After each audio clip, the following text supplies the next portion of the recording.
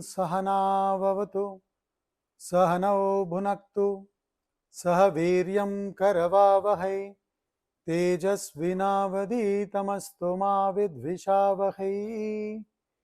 Om Shanti Shanti Shanti.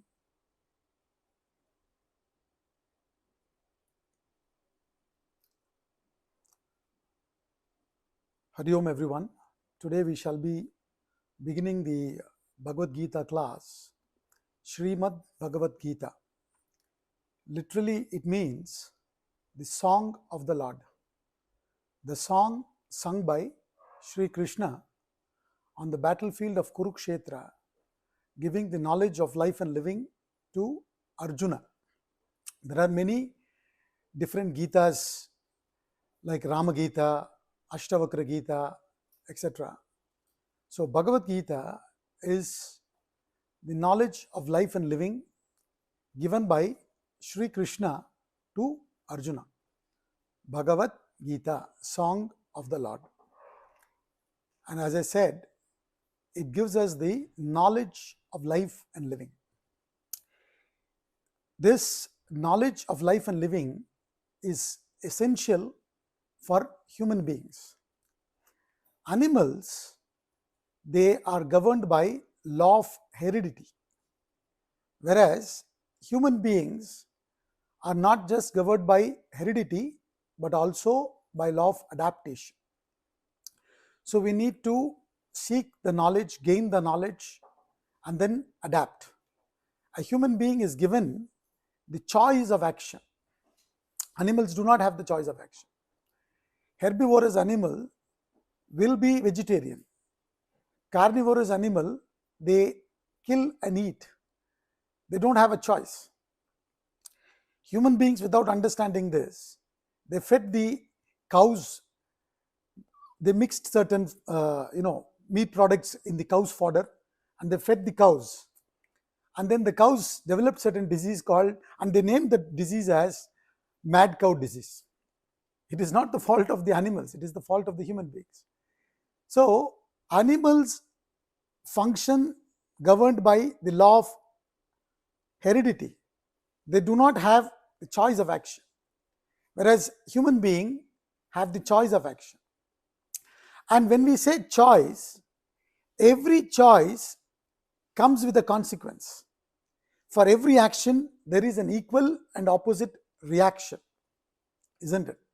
So we have the freedom to choose, but having chosen, we will be bound by the consequence that we cannot escape. As an actor, we choose and do a certain action, and later in our life, when we reap the repercussion, then we say, I didn't want this, I don't want this. This entire universe is a beautiful cosmos. It is governed by cause and effect relationship. It is not a chaos. So this choice of action that we have makes us, more, we have to become more conscious to know and then act. It is extremely important to gain the knowledge as to what to choose, how to implement, when to implement, etc. Think and function. In fact, a human being is called as Manushya. Manushya comes from the root man. Man means mind, a thinking ability. So a human being is one who can think and function. The animals are called as non-thinking beings, isn't it? They cannot think. They have a very rudimentary thinking capacity. They do not have the thinking capacity as much as the human beings do. We, through our thinking, have harnessed the time, space, and causation. We have brought about a lot of inventions and discoveries. This is not the case with the animals. So if you ask, an animal, where are you going? What's the purpose of life? There is no purpose of life. You ask a cow, where are you going? It doesn't reply. It doesn't have any purpose. If the cow sees little fodder on the other side of the road, it will just try to jump across the road and go and feed on that fodder, isn't it? Whereas a human being can think, what is my purpose? What is the purpose of my life? Where am I going? What am I supposed to do? How am I supposed to function? So we therefore need to understand, we need to know, gain the knowledge, and then choose. Whether you choose wisely or you choose ignorantly, you will have to face the consequence. Ignorance is not an excuse. You cannot say, I didn't know this choice will bring about this result. For example, if you choose to smoke, then you will have to face the consequences later on. You can't say I was ignorant of the consequences. Ignorant of the consequences doesn't, help you to get out of the consequence. You will have to face the consequence. Therefore, human beings have this choice of action. We need to learn. So what is the manual for life? And most of us, when we buy any product, it comes with a manual. But most of us, what do? We don't read the manual. We just straight away start operating the product. When we buy the car also, we don't read the manual. You buy the microwave or washing machine or whatever, it comes with a manual. But very often we don't read the manual. Similarly, what is the manual for our life? This is more important. This is essential. We have this physical body, we have this mind, we have this intellect. With this body, mind and intellect, we are contacting this world. So should we not know how to contact? So therefore, Bhagavad Gita is nothing but the manual of life and living. And Bhagavad Gita is in fact the essence of the Vedas and the Vedanta. Veda means knowledge. So, Veda gives us the knowledge of life and living. It teaches us the technique of living, how to live. That is Veda and Vedanta. The end portion of the Vedas are called Vedanta. Vedas, as I said, nothing but the source of knowledge. And there are 4 parts to every Veda: Mantra, Brahmana, Aranyaka and Upanishad. Mantra, Brahmana and Aranyaka put together are called as Veda Purva Bhaga, the beginning portion of the Vedas. And the end portion of the Vedas, where the Upanishads are given, is called Vedanta. And what does the Upanishad talk about? The philosophy of life, the essence. So the entire Vedas, the beginning portion of the Vedas, prepares the human being, and the human being thus prepared through the Vedas, they come to Vedanta, and through Vedanta, they go to the ultimate goal of life. So, Veda means knowledge, Anta means the end. The end portion of Vedas is called Vedanta or the Upanishad. And Bhagavad Gita is the essence of that Upanishad. There is an invocation to Bhagavad Gita written by Madhusudana Saraswati. He has given 9 shlokas. It's called as Dhyana shlokas.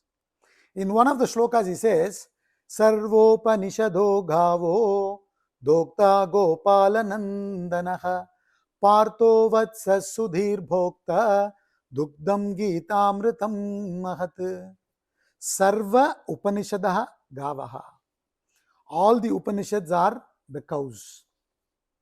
And Sri Krishna is the cowherd boy, milking the essence. The milk is the Bhagavad Gita. Arjuna is the calf. In the presence of the calf, the cow gets inspired and gives the milk. Arjuna is the seeker, the disciple, who through series of questioning brings out the knowledge from the Upanishads through Sri Krishna, the cowherd boy. Right? So Sri Krishna is the cowherd boy, the milker, who milks the Upanishad and gives us the milk, which is Bhagavad Gita. the nectarine philosophy. Now, though the philosophy is given by Sri Krishna to Arjuna, Swami Madhusudana Saraswati says it is enjoyed by who? The Sattvic people. Sudhir Bhoktaha. The people who are wise, they enjoy.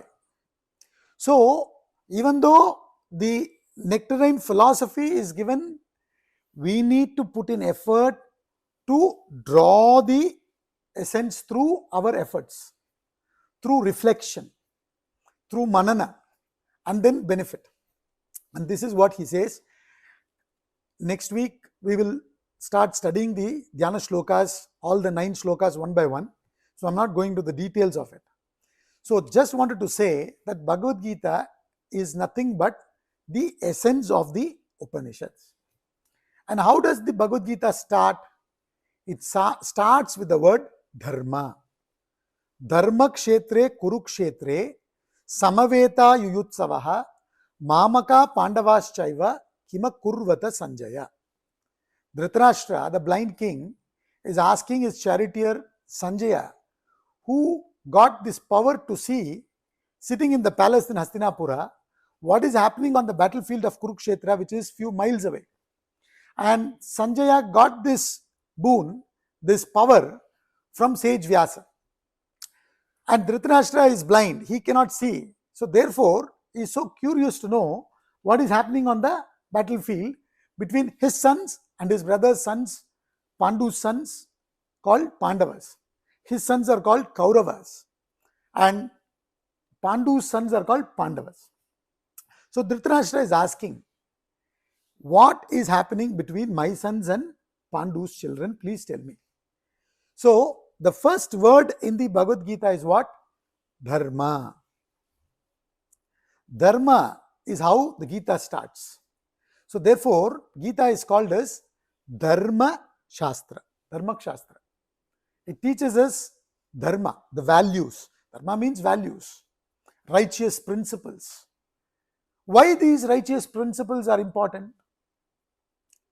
Because these righteous values and principles, the choices and its consequences, which are explained in the Vedas and in the Bhagavad Gita, they are extremely important, because when we make our choices, and our choices, what we seek as per Veda is 4: Artha, Kama, Dharma and Moksha. Artha means wealth. Kama means enjoyment. Dharma, the values, the righteous goals, peace. And Moksha, liberation. And majority of us, we seek Artha and Kama. Isn't it? Beyond that, we don't think. All we want is what? When I am living in this world, I must feel secure. I need security. So, I think the sense of security will come to me by gaining wealth. Isn't it? The material wealth as I gain, I believe that I will get the sense of security. Or by developing more contacts with more and more people, by being around the people or being surrounded by people, my well-wishers, I believe that I will get that security. Right? So, security we want. Generally, all of us are feeling insecure. So, to combat that insecurity, we want wealth. And with that wealth, we want to enjoy life. So, we want to procure wealth. And when we have to procure wealth, we will be using the body, the mind and intellect only. These are the 3 equipments we have. Every human being is what? A combination of the physical body, the mind and the intellect, enlivened by the Atma, the self or the pure consciousness. We will get into the details in the classes, later on. But first, the basic is body, mind, intellect. So we will be meeting the world to procure wealth using the body, mind, and intellect. So we need to know how to procure. The way in which we procure the wealth, it should not only give us wealth, but it should also give us peace. Right? So all these are taught in the Vedas. How you have to live this life. They call it as Vedokta, Shastrokta or Dharmokta. Leading life based on the dharmas, the values. See, when we say value, what is a value? A value is that which adds value to our life. Isn't it? A value is that which adds value to our life. So, the Vedas talk about that. Bhagavad Gita talks about that. And many times in life, we face situations where we do not know what to choose. And this, Vedas call it as Sadharana Dharma and Vishesha Dharma. And in fact, this was the situation in which Arjuna was also. He had to choose between waging the war to establish righteousness, which means he had to kill his great-grandfather Bhishma and his guru Dronacharya. They were relatively good people. So he was confused. He said, killing these people, especially good people, isn't that pap? Isn't that sin? So my dharma tells me that I should not kill them. But at the same time, in this context here, to establish dharma, though they may be independently good people, but they are on the side of the adharma, unrighteousness. So here, Vishesha Dharma comes into effect. Right? So he has to act per that, as per that Vishesha Dharma. So he must know that. So first we need to learn dharma and then seek artha and kama, meaning wealth and enjoyment, so that we will also, along with gaining the wealth and enjoyment, we will also gain what is called as peace. Because if you see, like my Guru Swamiji always says, one part of the world is highly productive, highly prosperous. But by their own admission, they say they have lost the peace of mind. The other part of the world is peaceful, but they are not that productive or prosperous. So how to combine peace and prosperity? That Vedas talk about. So that you can make a living, you can be successful, prosperous and peaceful. And as you gain peace, your intellect becomes more and more sharp. It starts giving you more clarity in life.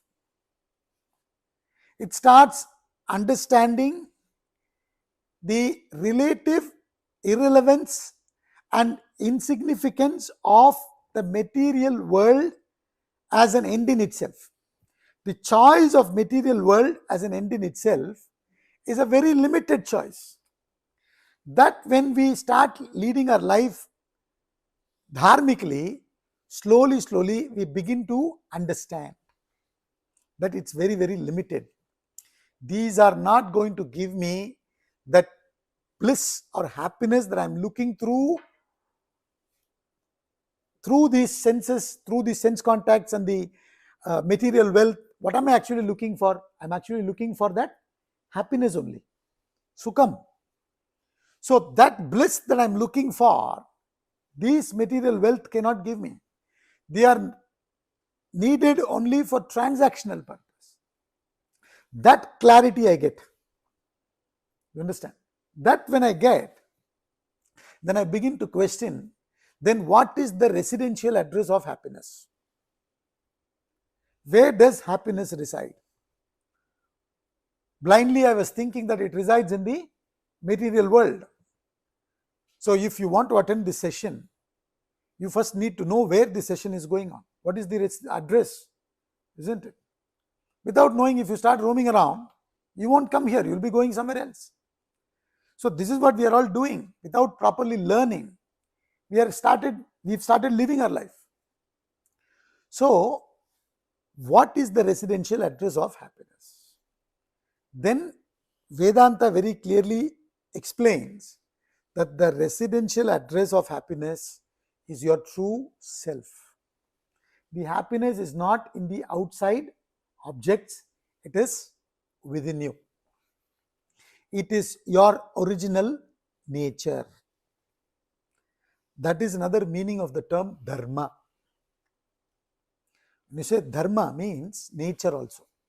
The word dharma has many meanings. Like I said, values, righteousness. Another meaning is nature. What is the essential nature of a being? Right? Dharma of sugar is sweetness. You take away sweetness from sugar, it won't be sugar, isn't it? A thing will not be what it is without it. That is called dharma. So similarly, what is the dharma of human being? And that is the subject matter in the Vedas. That is also the subject matter in the Upanishads. That is the subject matter in the Bhagavad Gita.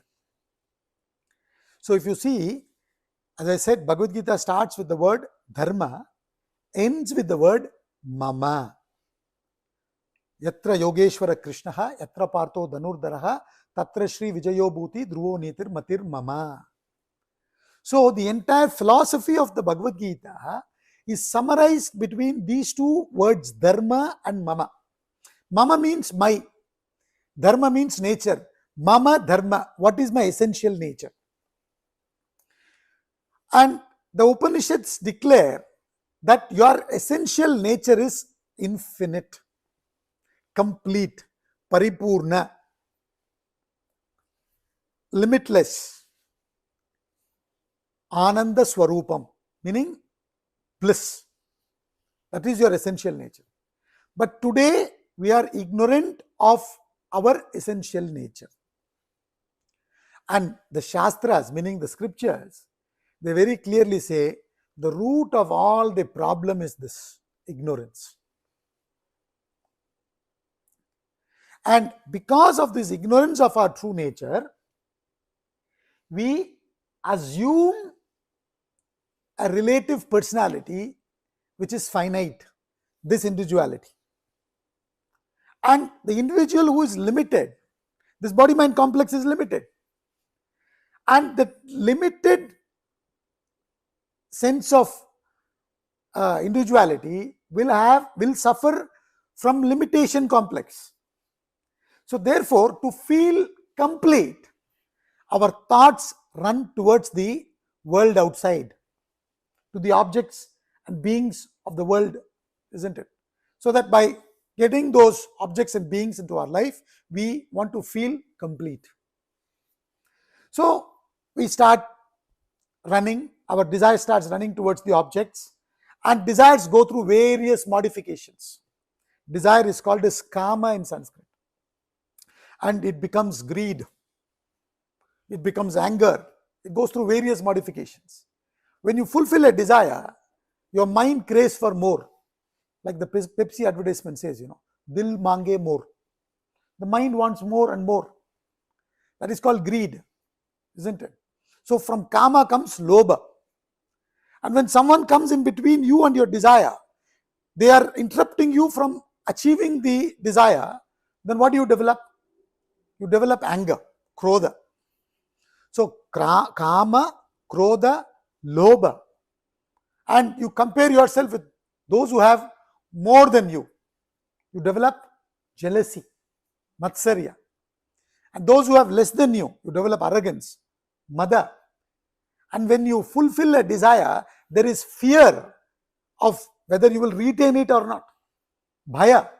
So kama, krodha, lobha, moha, mada, matsarya, bhaya, all these various modifications we go through. And this gives us agitations, restlessness. So, the root cause of all suffering is what? Ignorance of our true nature. And that ignorance of our true nature brings about a sense of limitation. It's an imagination, it is not true. And because of that sense of limitation, our thoughts run towards the world outside and we start becoming more restless, agitated, developing more and more disturbances of the mind. This is the suffering. So very clearly, Upanishads analyze this. Bhagavad Gita also analyzes this. Shri Krishna analyzes this beautifully. We will see that when we get to the second chapter. In the second chapter only, Arjuna actually becomes a disciple. Till then he is not a disciple. He just come there on the battlefield to fight the battle. So, in the second chapter, actually verse number 7, chapter 2, he surrenders and becomes a Sishya. And then Sri Krishna gives the philosophy of Bhagavad Gita from chapter 2, verse 11. Technically speaking, the philosophy starts from the 11th verse of chapter 2, when Sri Krishna starts giving the philosophy. In the entire first chapter only Arjuna talks. So, we need to gain the knowledge and then deal with life. Then we will be able to achieve both peace and prosperity. Then we begin to understand that the material world cannot be the end all and be all of life. There is something beyond it. What is that? Where is that happiness? What is the purpose? How to find that? When you start talking about that, that's called yoga or moksha. So Bhagavad Gita is also called as Yoga Shastra, Moksha Shastra. So Bhagavad Gita is what? Dharma Shastra. It helps you to gain wealth and combine that with peace and proceed further and reach that ultimate bliss or happiness and get completely liberated, and that's called moksha. So Bhagavad Gita is both Dharma Shastra and Moksha Shastra. So it tells us your essential nature is divinity, infinity, complete. And how to achieve that? Again, another word called dharma. There is only one word that is before that word. It's called swadharma. Swadharma means one's own nature. So when you are functioning in this world as an individual, you have a particular vasanas or gunas, right? Somebody is interested in painting, somebody is interested in dancing, somebody is interested in singing. So each one of us have a particular set of fragrance or vasanas or impressions. So what Bhagavad Gita says is, you got to be following your swadharma. How to function in the field of swadharma and all that he explains in detail. I'm not going to get into that. Since we are on the term dharma, I'm talking about that. So it talks about dharma, the values. It talks about mama dharma, the essential nature. And to be able to reach that essential nature, we got to be following our swadharma. Right? See, the another biggest weakness in human beings is our nature may be painting or dancing, but somebody else's nature is, let's say, something else, and let's say software engineering, and they are getting a lot of money. Seeing that what we do, we also want to follow that nature, isn't it? By doing that, you won't prosper, you won't blossom. So there is a reason why you have certain vasanas, certain impressions. So therefore Gita says, you follow your swadharma, and how to follow that it explains. And doing that, you will slowly evolve towards merging with your essential nature. When you merge with your essential nature, you have achieved the ultimate purpose of life, and that is the essence of Gita. See, the Mahabharata war between the Pandavas and Kauravas the cousins. Pandavas are relatively good people. They are 5 in number. And Kauravas are 100. They're relatively evil-minded. So, the war between Pandavas and Kauravas symbolically talks about the war, the conflict that is happening within us between the good and evil propensities. All of us have good and evil propensities, right? So, what happens is, when we get into the world, what do we give in most often? Do we give in to what is good for us, or do we give in to what is pleasant? We give in to what is pleasant, not necessarily what is good. Therefore, we need to protect ourselves from learning about dharma. You understand? And then you need to side the good propensities. And when you side the good propensities, then you begin to understand that the truth or the essence is in between good and bad. It is in between both good and bad. In Vedanta, we say you should neither be gaining punya nor pap. Punya means the adrishtapalam. When you do an action, there is drishtapalam and adrishtapalam. Drishtapalam means the result that can be seen. Adrishtapalam means the result that cannot be seen. See, for example, a momentum. Somebody who leads life in a particular way, taking risks, not listening to the intellect, always functioning impulsively, those actions will also be creating a certain momentum within, isn't it? So, when a situation confronts, that person will choose that only. So, this is the adrishtapalam, right? So, when the momentum is in your favor, it's called punya. When the momentum is in your is against you, it is pap. You can look at it like that. Different ways of understanding pap and punya.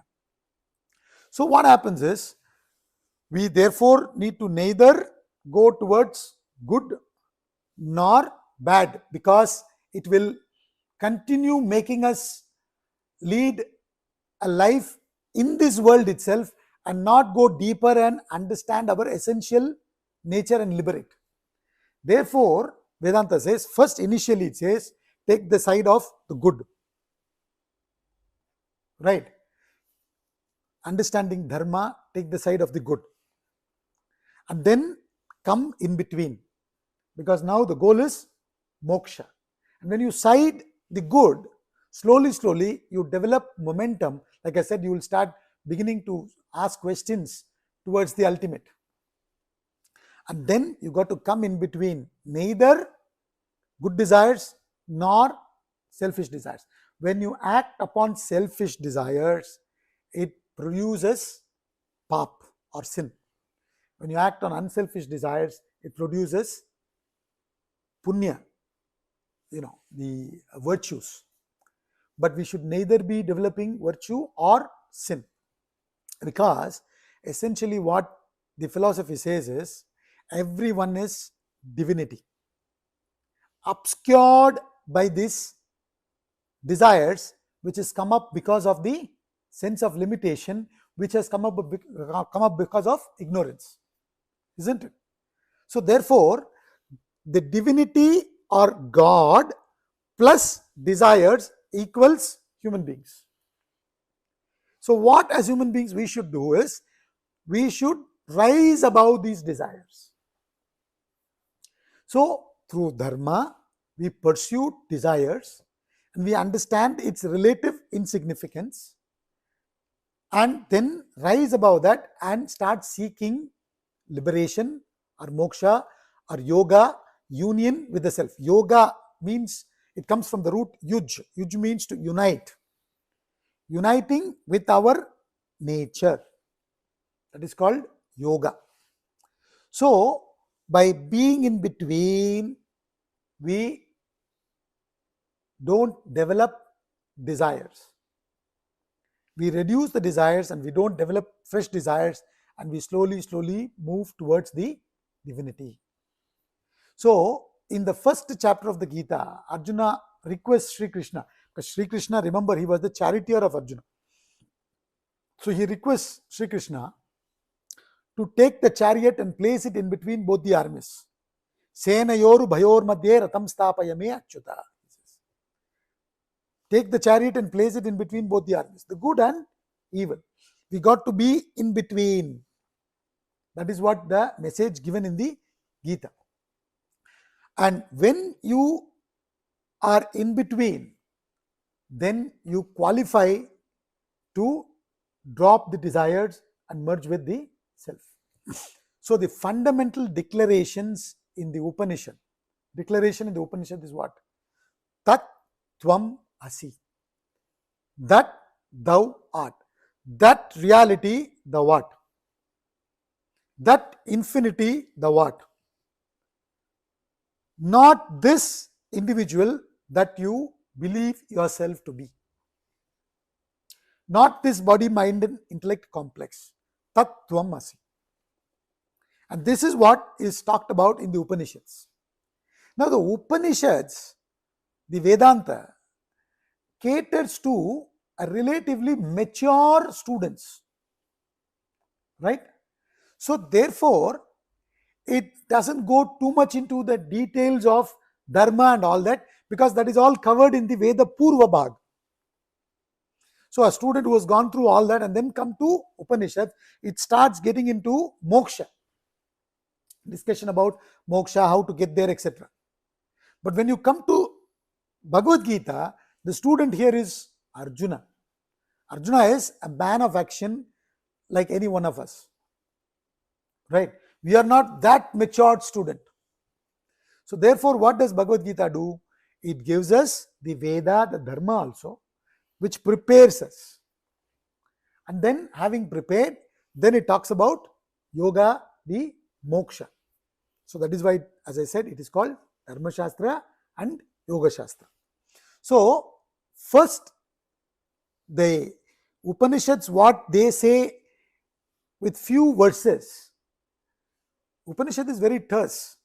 They don't go into elaboration, So, because the students are mature, they don't need so much of elaboration. But when you come to Arjuna or any one of us who are in the world, we need a lot more explanation.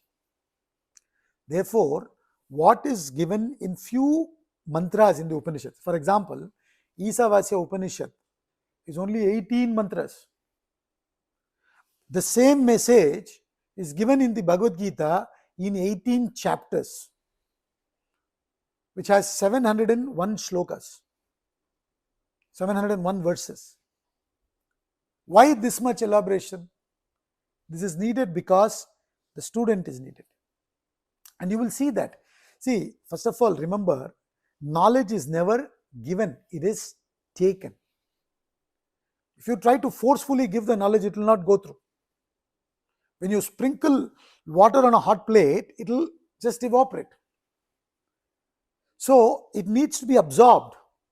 So only to a person who is qualified it should be given. This is what even Jesus Christ says. Don't cast pearls before swine. When a person is not ready, you don't even sow the seed till the soil is ready, isn't it? First we prepare the soil and then only we sow the seed. Similarly, the student should be prepared. In the first chapter, Sri Krishna never gave any lecture. He never spoke in the first chapter. He just said, when Arjuna said, take the chariot and place it in between both the armies, he just took the chariot and placed it and said, behold, see. That's all he said. Nothing else. Only in the second chapter he starts giving the philosophy after Arjuna says, I am your disciple. What we need to understand. So the knowledge is taken, not given. So when a person is taking, he is putting forth series of questions. Right? So accordingly the knowledge is given. And lots of elaboration and some places repetition. Because Arjuna is not understanding and is asking. He asks a certain question in the third chapter and he almost asks the similar question in the fifth chapter. You understand? So there are a lot of concepts that are reiterated again and again in the Bhagavad Gita. It's elaborated. It's good for us, isn't it? So Tat Tvam Asi, which is given in few mantras in the Upanishads, is given in 701 shlokas in the Bhagavad Gita. The first 6 chapters talk about Tvam. Tvam means you, the nature of the individual. Who is this individual? Extrinsically, what is the nature of the individual? And intrinsically, essentially, what is the nature of the individual? And what kind of efforts an individual needs to put in to be able to go from extrinsic to intrinsic, right? From this extrinsic living, we need to go to that intrinsic nature. For that, we need to first remove the the disturbances which I talked about: kama, krodha, lobha, moha, mada, matsarya, bhaya, isn't it? So therefore, that effort is called right effort, moving from the outer layers towards the core. Moving from the outer layers towards the core. That right effort is called karma yoga. So the first 6 chapters of the Bhagavad Gita talks about who are you. See, this is extremely important knowledge. See, when a person is lost in a desert, and let us say he doesn't have GPS or mobile phone or anything, how does he get back to city? He can only get back to city with the help of the sun, isn't it? When the sun rises, he knows this is the direction, this is east. So from that he can know what is west, north, south, all the directions he knows, and then he can get back to his city. Similarly, the first thing that we need to solve is, who am I essentially? Today I am thinking I am this name. For the first few days, I don't have a name. I didn't have a name, isn't it? When I'm born, parents are deciding what name to give. Till then, how they were calling us? Like that they were talking to you, right? All of us were called like that, right? So we didn't have a name.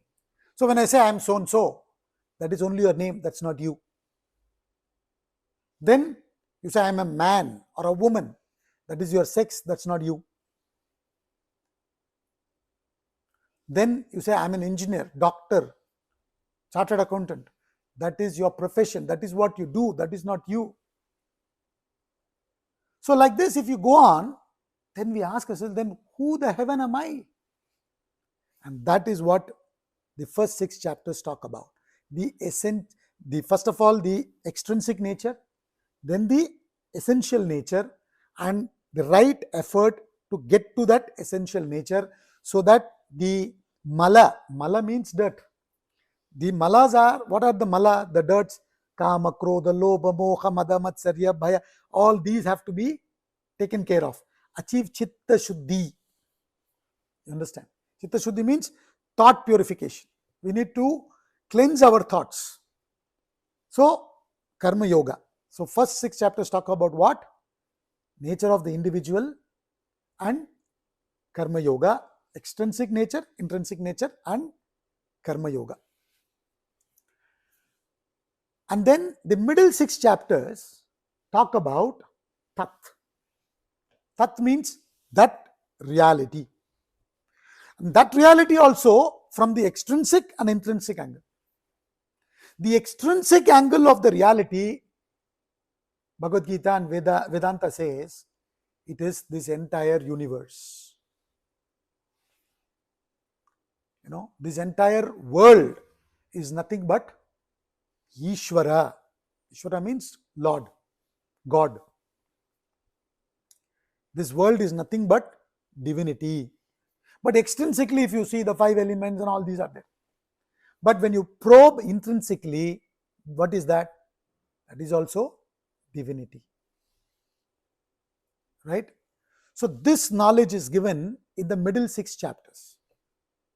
So first 6 chapters Jiva Swarupam, middle 6 chapters Ishvara Swarupam, extrinsic and intrinsic. And when we begin to gain this knowledge, the extrinsically the world is of the changing nature, isn't it? The only thing that is certain is uncertainty, constantly changing. But the fact that we are able to be aware of the change, there is another factor which is changeless, right? That changeless entity. So when we begin to gain this knowledge about this change and changeless substratum, then what happens is we develop bhakti, devotion, surrender. Bhakti means self-effacement. As an individual at the extrinsic level, compared to the extrinsic level world, I am a spark and that is a conflagration, right? So then what happens is I start developing what is called as devotion or bhakti or love. Bhakti and love are one and the same. Bhakti, when the emotion is directed towards the higher, it's called bhakti, devotion. And the emotion is directed towards equals or lower beings, it's called love. So therefore, the middle 6 chapters talk about bhakti yoga, bhakti basically. So the first 6 chapters, karma, the effort, action. The middle 6 chapters, bhakti, devotion or right attitude. So right action, right attitude. They both are extremely important, isn't it? Even when you are in a difficult situation, when you develop right attitude, you will be able to face the difficulty easily. And because of the right attitude, you will also get a lot of cooperation from the others. A person with wrong attitude, doesn't get that much cooperation from others. But when you have the right attitude, you get a lot of cooperation. So the first 6 chapters emphasize on action. The middle 6 chapters emphasize on attitude. Then the last 6 chapters talks about asi, meaning what? The connection between the jiva and Ishvara, right? The individual and the total. Now, from the superficial level, if you see, they seem different. The individual is, compared to the world, is just a part, isn't it? But when you go to the essence, there is no difference. This is called Jiva Ishvara Aikya Sambandha. The relationship between the Jiva, the individual, and Ishvara, the total. And this he talks about in the last 6 chapters. And this is called knowledge or awareness. So you can summarize the entire Gita as something that talks about action, attitude, and awareness. 3 A's of life and living, isn't it? Action, attitude, and awareness. And once having known all these things is not enough. Like I said, Karma Yoga will help you to get rid of the agitations, Chitta Shuddhi. And Bhakti will give you Chitta Ekagrata. See, when we talk about Bhakti, that infinite consciousness or divinity is what is manifested as this universe. And that infinite consciousness is formless essentially. But that formless is not something that every one of us can easily relate. Our mind cannot relate with formless. Therefore, what we do is, we take a form. Any form can be taken from the world, right? Whom we call as gods and goddesses. And then we start directing our mind towards the divinity through that form. That is one way of practicing bhakti, right? It is also called as upasana, meditating on a form. Upasana, bhakti, upasana, don't get confused, it all means the same. So through this bhakti and upasana, what do we develop? We develop Chitta chitta ekagrata, single pointedness, right? With the purification and single pointedness of the thoughts, what happens is we become qualified for gaining knowledge, right? And then that knowledge is given in the last portion, where he talks about kshetra, kshetrajna vibhaga yoga, gunatraya vibhaga yoga, purushottama yoga. All these places he talks about the nature at the extrinsic level, and you go deeper at the intrinsic level. It is that permanent aspect. Kshara, akshara, uttama purusha. Kshara means perishable, akshara means imperishable, uttama purusha means that which is beyond the perishable and imperishable. All that he talks about, that essence, when you go to the depth, it's one and the same. Now the interesting thing is, by gaining this knowledge and rooting ourselves in this knowledge, what happens? We get completely transformed. We have a completely different perspective in life. See, when I think that I am this limited individual, right, then I am courting the world for joy, for pleasures, for joy. I'm begging, I'm a slave, isn't it? But at the end of the Gita, when I understand that I am that divinity in this form, in the beginning, the misunderstanding is what? I am this body, mind, intellect complex having the Atma in the beginning. When that is clarified through the knowledge, then you begin to understand that I am that Atma, or I am the Atma, which is manifesting through this body, mind and intellect and contacting the world. So now what happens? Now my entire perspective is different. I am not contacting the world for joy. I am not contacting the world to take. I am not begging. I am not a slave. I am contacting the world out of joy, isn't it? I am contacting the world as a master, not as a slave. I am not a beggar, I am a giver. So I start playing, I start acting. I am just acting in this world, expressing my nature joyfully. Life then becomes a celebration. This is the very important perspective change that we need to get. So after gaining the knowledge of the Bhagavad Gita, you don't have to resign and go away somewhere. In fact, a lot of people think to gain this knowledge, you should be somewhere around 60 or 70 years old. Whereas this knowledge is talking about how to act in this world and how to achieve the goal of life, so that you can start living your life as a master. Today you are living your life as a slave. We may have a lot of intelligence in different field, but deep inside we are contacting the world as a slave only, not as a master. So this is what Bhagavad Gita does to us when we understand this. When he says, the wise people draw this knowledge. In the when I quoted Swami Madhusudana Saraswati's Dhyana Shloka, I said Sri Krishna is milking the Upanishad and giving the Bhagavad Gita. But who enjoys? Only the sattvic mind. Sattvic means calm, composed, serene mind. So it is extremely important to be able to gain the knowledge of the scriptures like Gita and Upanishads, etc. We need to have a very, very calm mind. And that is brought about only if we have certain values and follow certain discipline and lifestyle. And that is what is emphasized in the later part of the Bhagavad Gita in the 16th and 17th chapter. 16th chapter is called as Devasura Sampat Vibhaga Yoga. Sampat means the wealth, or the wealth or the characteristics. Deva, Asura. Deva means divine. Asura means demoniac. Good and negative, let us say. Positive and negative.